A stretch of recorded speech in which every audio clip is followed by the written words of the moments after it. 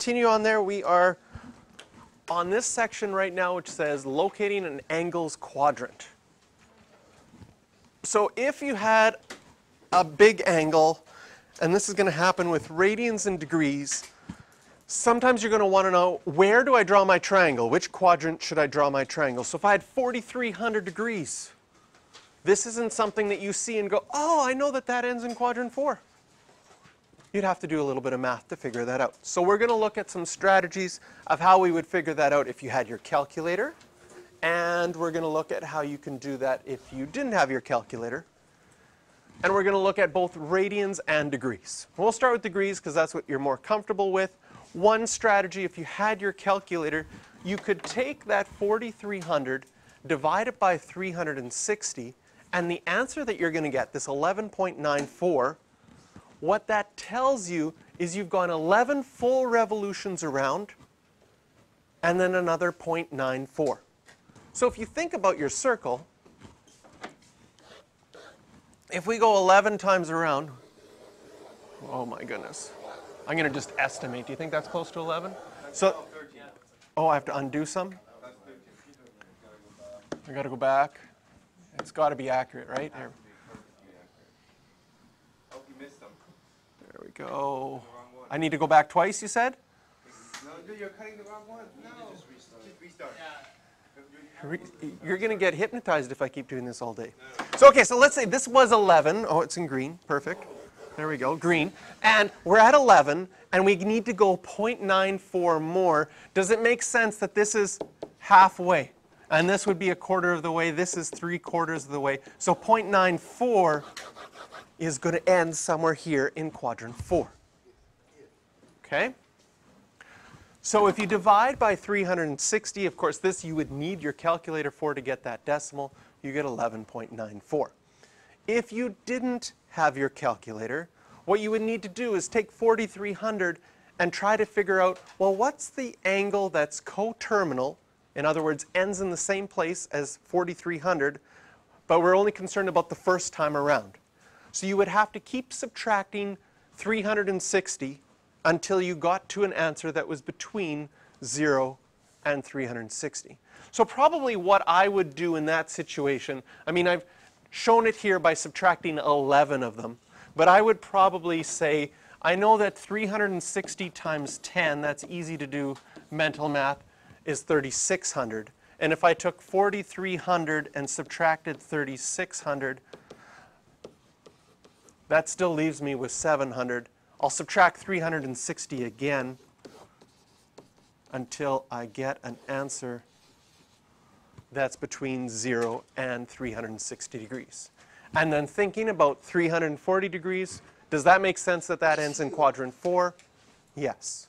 So that is how you could do this without your calculator. You just have to keep subtracting 360 until you get an answer between 0 and 360. So now if we move to radians, we could do something similar, but we're going to find out that the majority of our questions in radians will have an angle that includes pi. So like our example here, negative 23 pi over 6. So again, if you had a calculator, you could use the same technique. You could take negative 23 pi over 6, divide it by 2 pi, figure out what decimal that is and how many full rotations you would get, and then go from there to figure out what quadrant it's in. But what we're going to find is we're going to often have these questions. They're going to be non-calculator. They're going to involve pi. So the first thing we're going to do is change the fraction part to a mixed fraction. Are you okay with 23 over 6 being 3 and 5/6? Are you okay that there's 3 full 6s in 23? That gets you up to 18. And then you need 5 more to get to 23. So negative 23 pi over 6 is the same as negative 3 and 5/6 pi. So I could write that number out as a mixed fraction. Now, unlike the degree one, this 3 doesn't mean 3 full times around. It's 3 and 5/6 pi. If you think about your circle starting here, halfway around is pi. A full way around is 2 pi. If you kept going, you would notice a pattern. What do we notice about the multiples of pi over here? It's going up by 2. They're going up by 2. Excellent. And they're all odd. Same thing on the other side. You have on the positive x-axis, they're going up by 2, and they're all even. So when I'm looking at negative 3 and 5/6, starting positive x-axis, negative will be going in this direction. This is negative 1 pi. This would be negative 2 pi. This would be negative 3 pi. And then I have to go 5/6 more. Can you see that that's going to be past half? And it's going to be coterminal with 30 degrees or coterminal with pi over 6. And that's one of the beautiful things about radians. When you see negative 23 pi over 6, you're going to know that it's coterminal with something pi over 6. You'll know which family it belongs to right away. Whereas with 4,300 degrees, it's not easy to figure out that that's part of the 20-degree family, coterminal with something in there. That it's coterminal with 340 degrees. But the radians help us see that right away. So what we're going to do, going to change it to a mixed fraction. You're going to think about odd numbers of pi and here, even numbers and there, and then just figure out, is it more than a half or less than a half, and figure out your quadrant that way. So this one ended in quadrant number 1.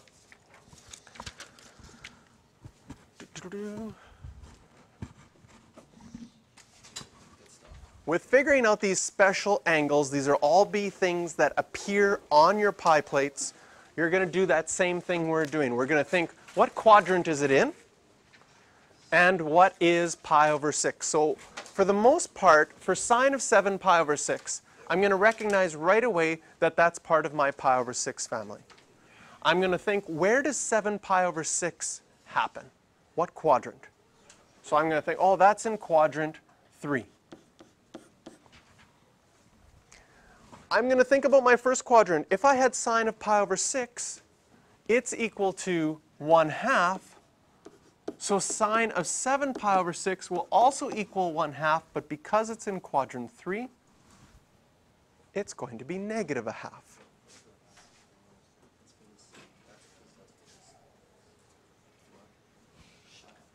So I know that sine of pi over 6 is 1/2. That's for my first quadrant. So really you can get by a lot by only knowing your first quadrant. I know that sine of pi over 6 is 1/2. 7 pi over 6 happens to be in quadrant 3. Sine is negative in quadrant 3, so sine of 7 pi over 6 will be negative 1/2. Tan of 2 pi over 3. It's going to be in quadrant 2. Tan of my pi over 3 family is always equal to root 3. Because it's in quadrant 2, tan is going to be negative. And again, I use that mental math thing that I showed you before. I remember that pi over 3 family, 3 is 3, as my way of helping me remember that tan of 2 pi over 3 is going to be root 3, and then I have to figure out, is it going to be positive or is it going to be negative? Cos of 7 pi over 4. Quadrant 4. It's going to be positive. I know that pi over 4 is root 2 over 2. So then cos of 7 pi over 4 will also be root 2 over 2 and stay positive because it's in quadrant 4. Now we have secant and we have a negative angle. Oh. So what we do mentally is with secant, you first think about cos. Do not change the angle. When you do the reciprocal, cos and secant, what's going to happen is the answer is going to be the reciprocal. So if I'm thinking about cos of negative pi over 4, I know that cos of pi over 4 is root 2 over 2. In what quadrant is negative pi over 4? Quadrant 4. So because it's in quadrant 4, it's going to stay root 2 over 2. And then I can say, well, now I know that secant of negative pi over 4, because I have a negative 1 pi over 4. Oh, of course. You're going And so going in the negative direction will end in quadrant 4. So secant will be 2 over root 2. You could leave your answer like this. You could also simplify and rationalize this is equal to root 2. Some people remember that root 2 over 2 is equal to 1 over root 2. That was what it looked like before we rationalized it the other day. And so when you do the reciprocal of that, you can see root 2 right away. And it's not bad to get used to both of those forms of sine and cos of 45 degrees.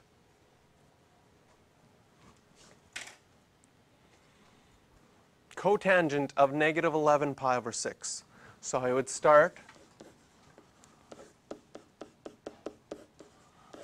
by thinking of tangent of a negative 11 pi over 6.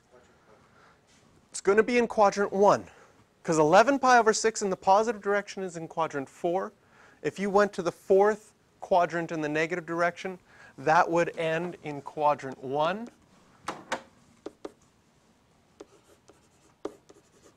Tan is root 3 over 3 of any pi over 6 family, because 3 plus 3 is 6. And so cotangent of negative 11 pi over 6 is 3 over root 3, which, if you simplified, is root 3. And you might remember that root 3 over 3 is equal to 1 over root 3.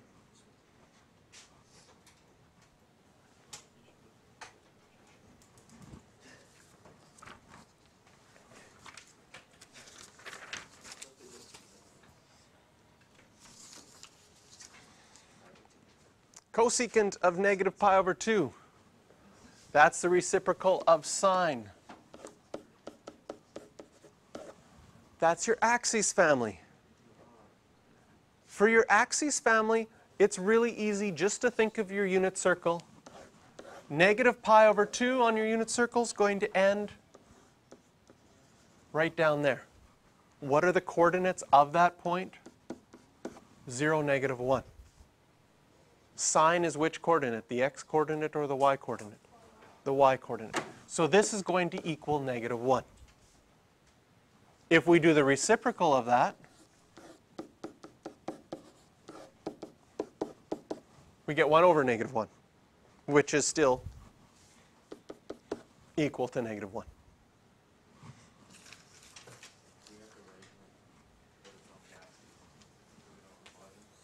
Yeah, there's no, you can't really say what quadrant that is. It's in between quadrant 3 and quadrant 4. So you could either do a quadrant 3 or quadrant 4. You could say quadrant 3 or quadrant 4 is be fine. But for the axis ones, it's just easy just to think of those coordinates, where they are on your unit circle, and figure them out from there. So a very typical exam question is putting 3 or 4 of these together and getting you to do math with them. So here's an example where we have 3 of them together, and you have to multiply all 3 of them. So we're going to want to figure out what secant of a secant of 11 pi over 3 is. I'll do that in blue. Multiplied by cos of negative 5 pi over 4. I'll do that in green. And tangent of 23 pi over 6. I'll do that in black. So off to the side, I'm going to keep my brackets there like that because I'm going to want to show my work one thing at a time. For this kind of question where there's some work to do with each one of these. Split your page up, do some work off to the side. I'm going to figure out each of these separately. So I'm going to start with secant of 11 pi over 3. To figure that out, I'm going to first figure out what cos of 11 pi over 3 is. Does it make sense that 11 pi over 3 is the same as 3 and 2/3 pi? That's telling me that it's going to be in quadrant 4. So I know that cos of 11 pi over 3, Well, cos of pi over 3 is always a half, and because it's in quadrant 4, it's going to be positive. Therefore, secant of 11 pi over 3 is going to be 2 over 1, and I can fill in my first set of brackets. Because secant is the reciprocal of cos. Draw a line here. Now I'm going to work on my green one. On my green one, I need cos of negative 5 pi over 4.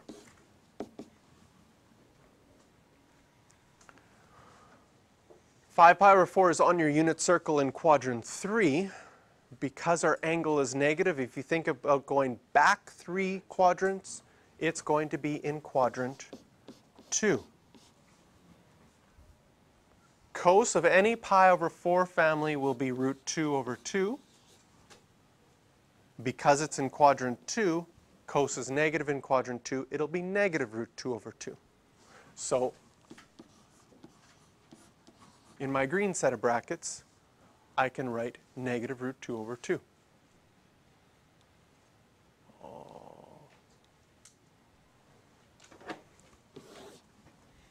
And finally, tan of 23 pi over 6. Pi over 6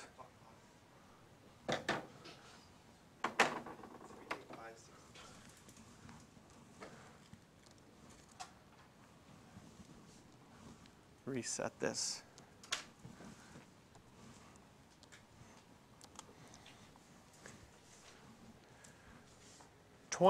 Pi over 6, well, that's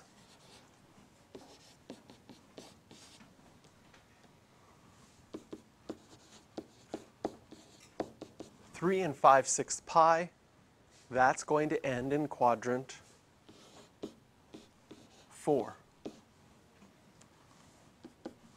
Tan is always root 3 over 3 in your pi over 6 family. And because it's in quadrant 4, it's going to be negative. So now I can put this value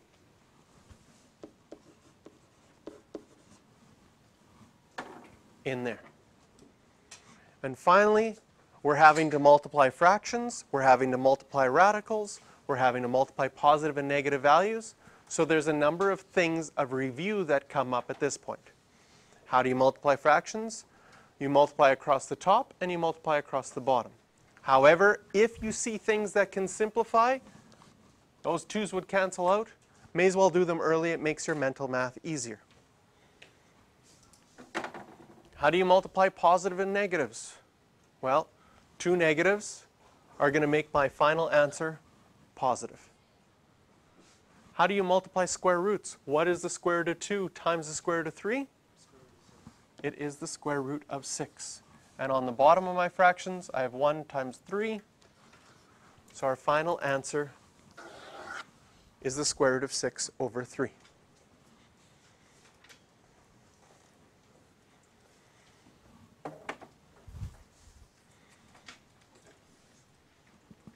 Okay, this is where we are going to end for today. I'm going to give you more time to work on that sheet where you're thinking about what quadrant it's in, what family it belongs to, because that's really helpful.